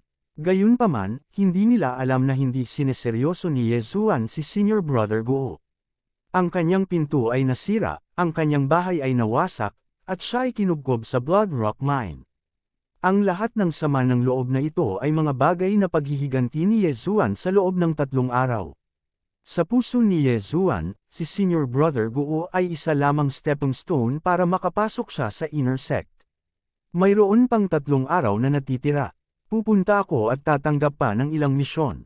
Bagamat malabong makalusot ako sa 6th grade human body disaster, mapapalakas ko pa rin ang aking lakas. Naisip ni Yezuan sa kanyang puso.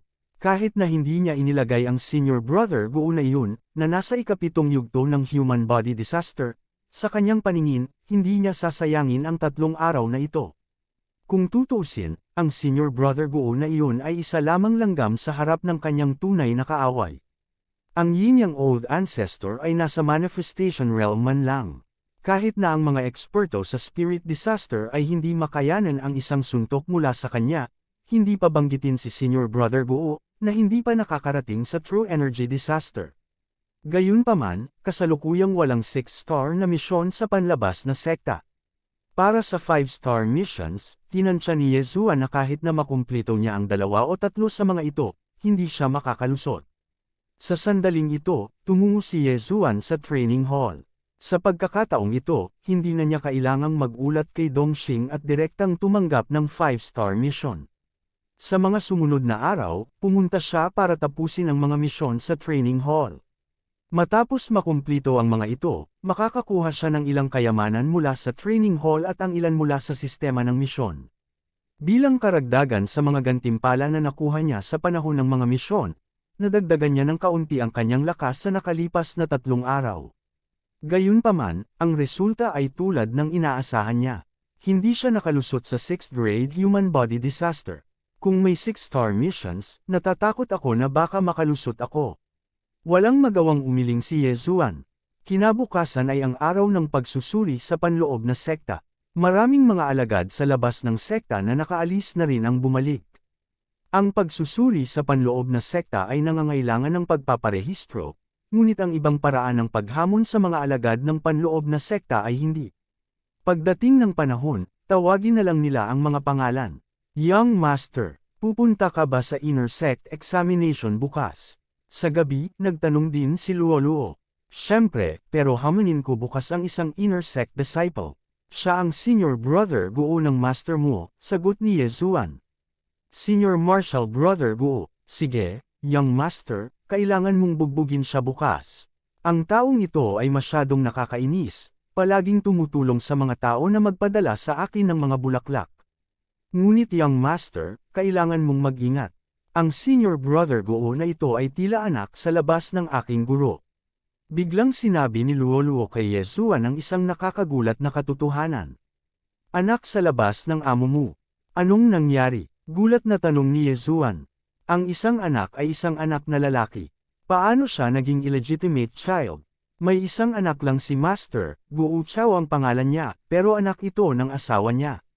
Gayunpaman, ang asawa ni Master ay namatay nang siya ay lumabas upang magsanay, kaya si Master ay lihim na nagsilang ng isa pang anak sa ibang tao, ito ay ang senior martial brother na si Guo Liang. Gayunpaman, sinabi ni Master na si Guo Liang ay inampun niya, paliwanag ni Luo Luo.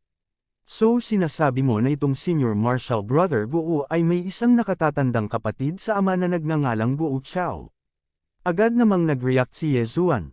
Oo, itong si Guo Chao ay nasa ika-9 na yugto ng human body disaster at kasalukuyang sinusubukan ang true energy disaster.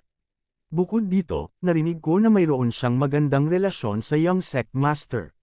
Tumango si Luo Luo. Ngayon, sa wakas ay naunawaan na ni Ye Zuan kung bakit laganap ang Guo Liang na ito.